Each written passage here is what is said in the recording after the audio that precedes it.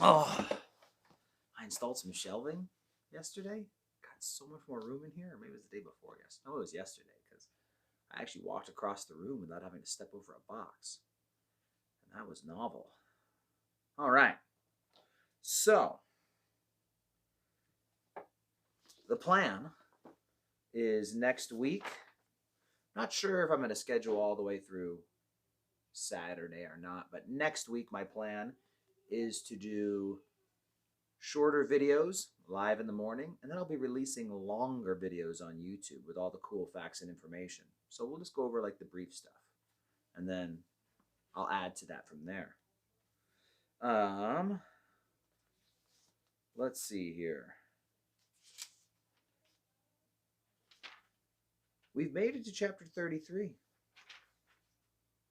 So it says in verse 1, now Jacob lifted his eyes and looked, and there Esau was coming, and with him were 400 men.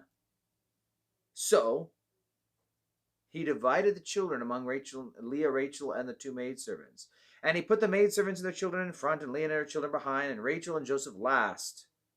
Then he crossed over before them and bowed himself to the ground 7 times until he came near his brother Esau, or Esau his brother. I guess it's just, his brother. I added Esau for fun. All right, so here's our catch. Where's 1.0? His plan. So Jacob's just going to return. Then he decides to divide the people into 2 companies. That was back in chapter 32, verse 7.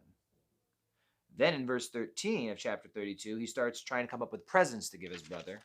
And now in chapter 33, he divides up into even more categories. He's got Rachel and Leah here, just maidservants there, and he's breaking things up even more. So here's the big thing. I think just a small nugget. I'm going to go short today because I got to get over to the church for a Christmas play practice.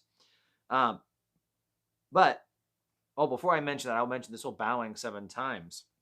Where do I have this?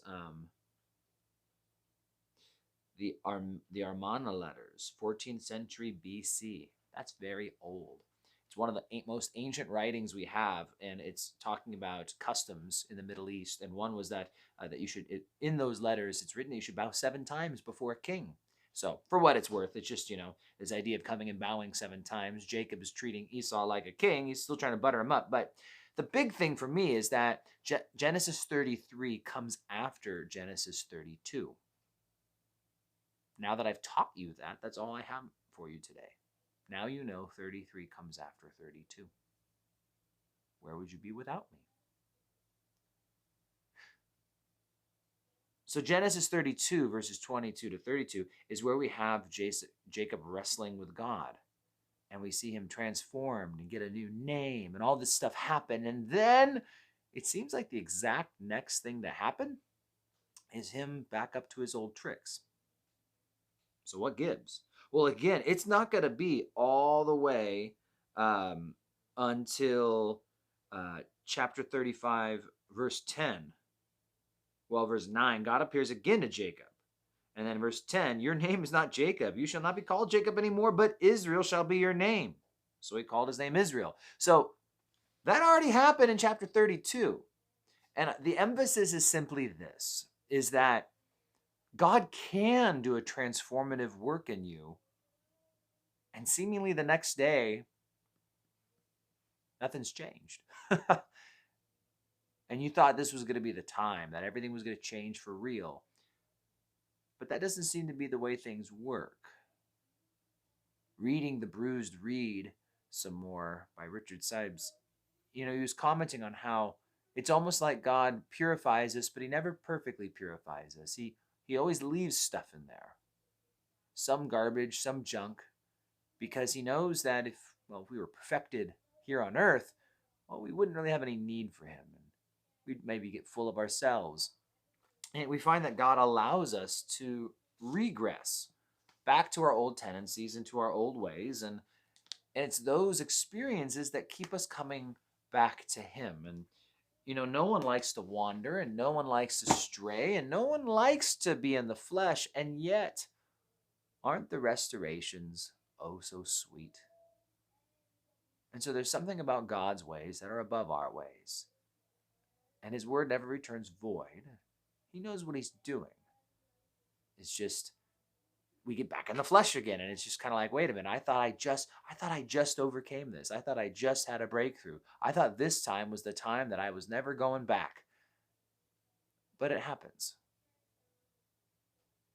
And Satan would use that to discourage us and keep us there. And yet Jesus uses it as an opportunity to once again restore us, once again show his grace and mercy to us, once again show his love towards us. So, there you go. Jacob's being Jacob again, even though he's supposed to be Israel. Thankfully, this is a one-time thing that none of us have any experience with.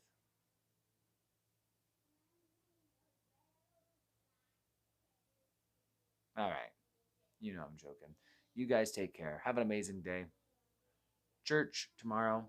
If you don't have church plans, you should come join us. Revival Church. 10 a.m. service. The kids are going to sing and it'll be a good time.